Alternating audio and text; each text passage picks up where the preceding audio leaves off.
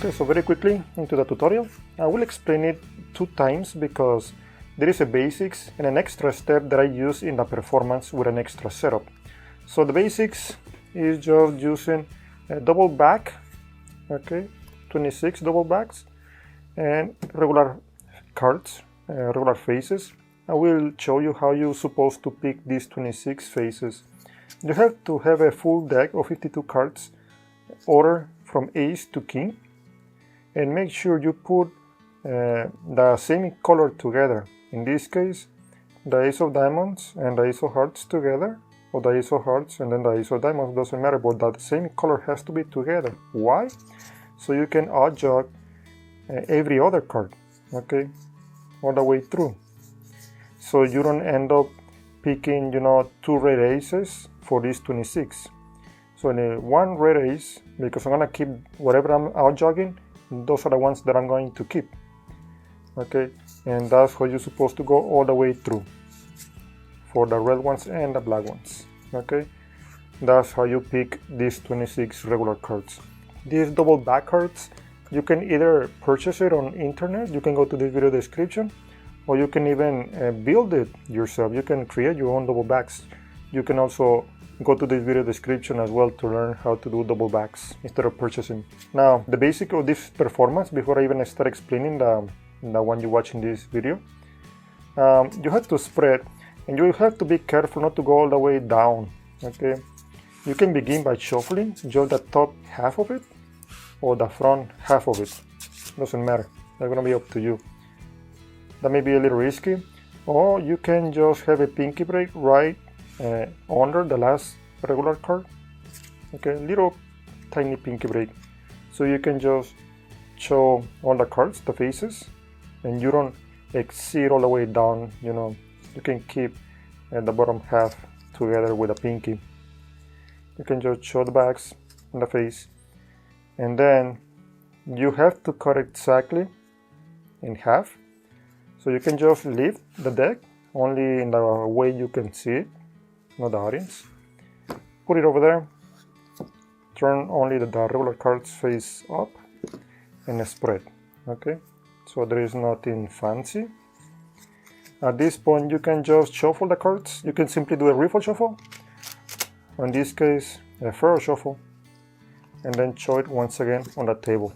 Everything is mixed, so then now it is completely mixed. Now, I want to have a double back all the way on top instead of a picture card or a number card. The reason is because I need to show the faces. So I'm gonna tell the spectator, as you can see, everything is mixed, okay? And then I'm going to ask you to pick any card. Notice I didn't tell the spectator, watch, this is all the faces and the backs, okay? I do not do that. I don't want to emphasize that this is the faces and this is the backs. I'm going to do a little gesture that pretends that I'm showing the faces and the backs, okay, by doing that hand move or the wrist move. In reality, I'm showing the faces, and then I'm going to move my thumb right below the packet and turn it over and show the face once again, okay? But I don't want the spectator, to pay a lot of attention, or at least I don't say anything. Look, this is the faces and this is the backs.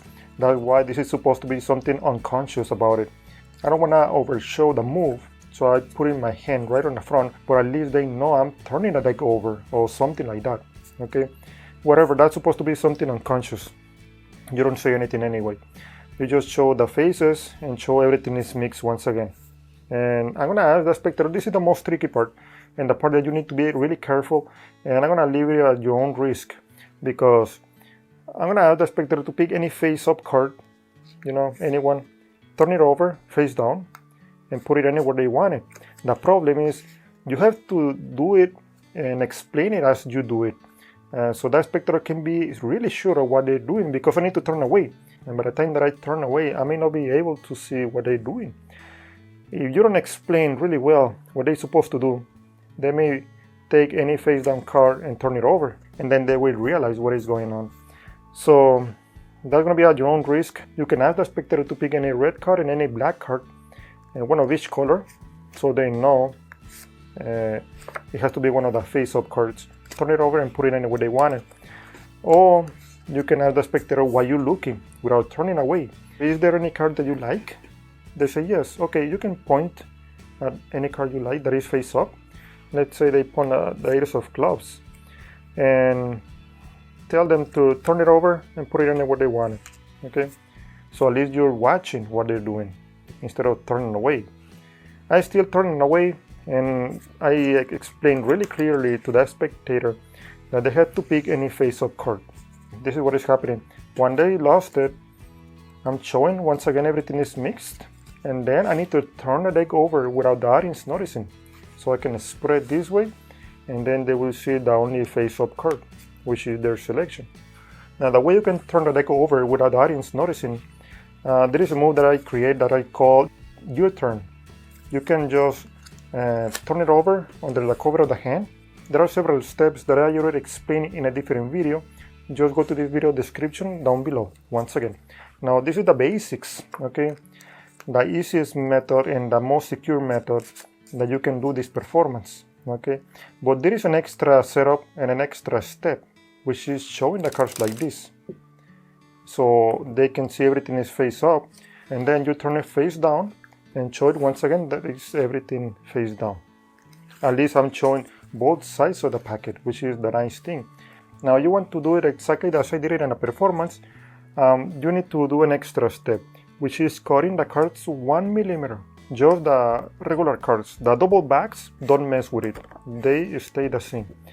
Only the regular cards, the picture and the number cards, you're supposed to cut 1 millimeter with a scissors, and then you can either round the corners with a nail clipper, or you can use a corner rounder. These corner rounders, you can buy it online. Now the circumference of the corner is 1/8 of an inch or 3 millimeters. Okay, so you can just cut the corners. After you cut 1 millimeter over here, you can just round the corners really quickly with this stuff. It doesn't have to be heavy duty. This is heavy duty, but you don't have to buy heavy duties. Now that's going to allow you to have one card that is shorter. But anyway, in case you decide to do that, you need to do a throw shuffle. You can do it on the hand, or you can do it on the table. I prefer to do it on the table. Make sure everything is really well square and aligned, and do this. Okay, that's almost a throw shuffle. It doesn't have to be perfect all the way through, but at least the ones in the middle. Okay, I miss over here in the center. Doesn't matter. The more perfect it is, the better. You'll see why. Anyway, everything is shuffle. Complete the shuffle. Okay. Now at this point, because the picture cards are smaller than the double backs, when you dribble with your thumb, you're pretty much showing all the face-up cards, and then you turn it over, and then you can show the selection. Okay. Obviously, with this card, you need to get rid of this. Let me go through the performance very quickly. Pretty much the same. At this point, you show the faces, and then you show the faces once again. Well, they're supposed to believe these are the backs because of the little wrist gesture. That's why I don't have a number card on top, because I don't want it to keep it on track. Can you imagine if I'm showing the faces and then I do this weird hand gesture? They can still see the same card on top. If you don't have a card on top, it's better because they may believe you're showing the front and then the back by not having a picture card over here. Anyway, you ask the spectator again to pick any face-up card, turn it over, put it over there. At this point, you close, and that's it. You do one cut, or you can do a color change, any color change you want. If you want, you can simply do this color change. Let me show you.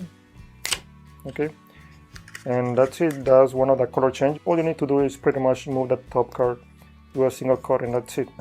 Okay, right in their face, and then snap the fingers. You can show everything. Okay, all the cards face up. Don't do it on the table because, and even if you show or flash one face down card, more often than not, it may be their card, but that's a good excuse. But don't do it on the table. It's better you do it on your hand. Okay, it's more safe and more secure because you're gonna show it again face down, and when you spread face down, they may see more cards. than when you do it face up. So when you do it face up, it may look suspicious. Okay, they only see like 25 cards over here, and when you spread again face down, they may see 52 cards. So that's why it's better you do it on your hand, okay, like this. Close it, turn it over, and do it once again on the table. And in this way, you're showing the face and the backs that everything is going back to normal. And that's the extra setup and extra effort in case you like this better. And that's it. If you still have any questions, make sure you ask it in the comment section down below. I hope you have enjoyed this tutorial.